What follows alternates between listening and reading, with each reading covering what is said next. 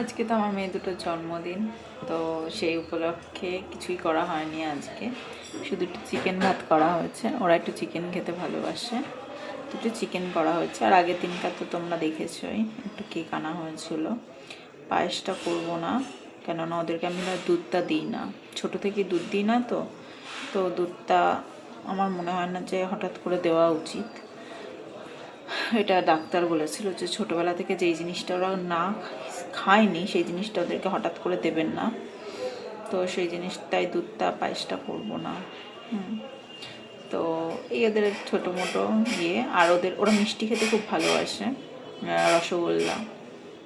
তো ওর বাবা বলল আজকে হবে না, কাল পরশু ওদেরকে রসগোল্লা এনে খাইয়ে দেবে।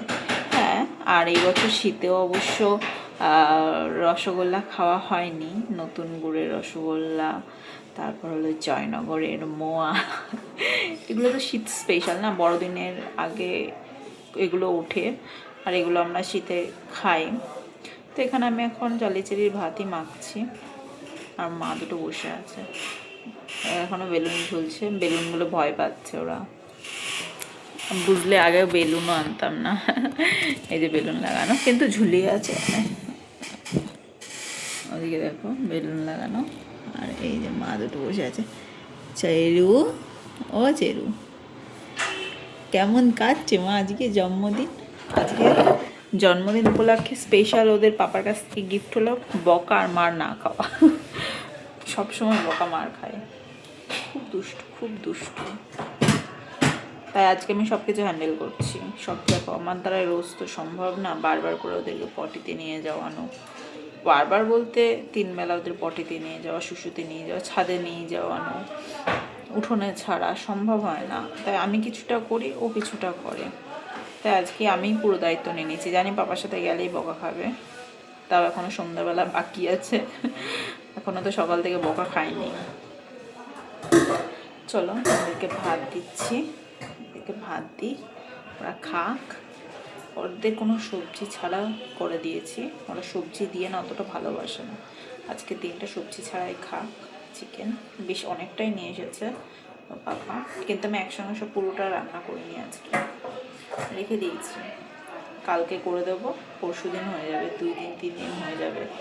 একেবারে 1 কেজির কাছাকাছি মাংস নিয়ে এসেছে। অতটা মাংস তো একবারে দেওয়াটা বা রান্না করে রাখলে না 2 দিনের বেশি 3 দিনের দিনেরটা খেতে চায় না। আর ফ্রিজে আছে, আবার শুধু শুধু রান্নাই বা কেন করে রাখবো।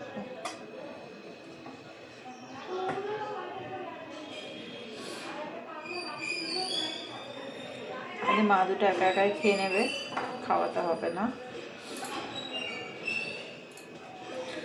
কিছুটা ভাত আমি প্রত্যেক দিনই ওদের থেকে রাখি, সেটা হলো মিউটুর জন্য। আমাদের বাড়িতে একটা মিউ আসে, মিউয়ের জন্য, নাহলেও মাথা খেয়ে নেবে এসে। যে ভাত রেডি হয়েছে, দাঁড়াও পরে দেখাচ্ছি, আমি হাতটা ধুয়ে আসি আগে। দিয়েছি চিকেন আর ভাত, খাচ্ছে।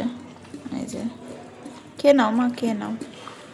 আর এই যে খাচ্ছে। ওরা যেহেতু একেবারেই নিজে খায় না, এই ওটা আটকে দাও তো। ওরা যেহেতু নিজে একা খায় না, তাহলে একটুখানি টুল টাইপের হয় না, ওগুলো কিনে ওগুলোর ওপর রেখে খাওয়ানো যেত, খাওয়ানোর ব্যবস্থা করতাম। কিন্তু কী হবে, ওই কিনে ছাতা খাই তো না। একটু মাংস হলে, আর রেগুলার আমরা ওদেরকে মাংস দিই না, দই ভাতটা ওরা বেশি খায়। তো ওই 9 মাসে 6 মাসে একবার টুল পেতে কী হবে।